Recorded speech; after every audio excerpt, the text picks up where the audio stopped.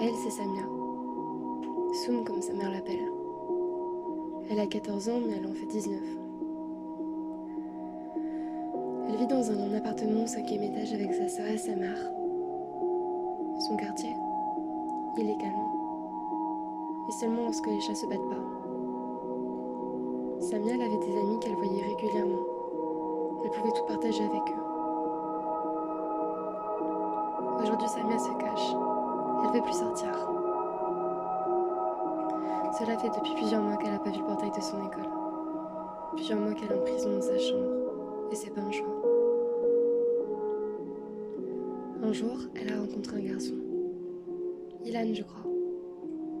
Il était un peu plus âgé qu'elle. Elle est vite tombée amoureuse de lui. Il lui chuchotait des mots tendres. Il lui envoyait des messages baignant dans le sucre. Samia commençait à rentrer tard chez elle.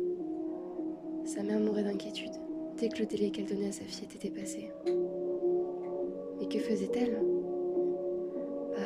Samia, la tendre petite fille habillait les sombres coins de rue. Ces coins de rue où les âmes perdues s'enfumaient les poumons. Les mêmes qui se noyaient dans les bouteilles. Samia s'adonnait à ses routines aveuglées par les beaux yeux de ce garçon qui lui avait promis la lune. En réalité, il était incapable de la décrocher. Samia perdait en lucidité. Les heures passées dans ces rues s'allongeaient, encore et encore. Et Samia perdait le contrôle de son corps. Une nuit plus longue que les autres, Samia n'est pas rentrée. La version qu'elle m'a donnée, c'était qu'elle avait couché avec Ilan. Mais en réalité, Ilan a abusé de sa naïveté et il l'a violée. Une partie de Samia est morte ce jour-là. Quelques jours après, les personnes de son quartier ont appris la nouvelle. Mais seulement la première version. Samia, t'es qu'une pute. Tu fais honte à ta mère. Rhabille-toi. Que Dieu te guide. Jour après jour, ça empirait.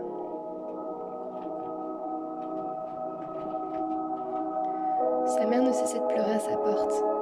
Sa petite sœur ne comprenait pas. Elle voyait les cristaux d'eau se former sur les joues de sa maman qui criait si fort. La réputation de Samia était salie, et son cœur était définitivement vide.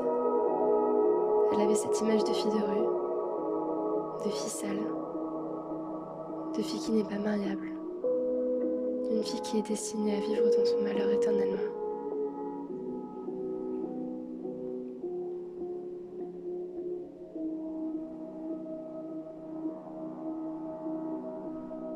Elle, c'est Samia, Soum comme l'appelle sa mère. Elle ne vivra plus jamais comme avant.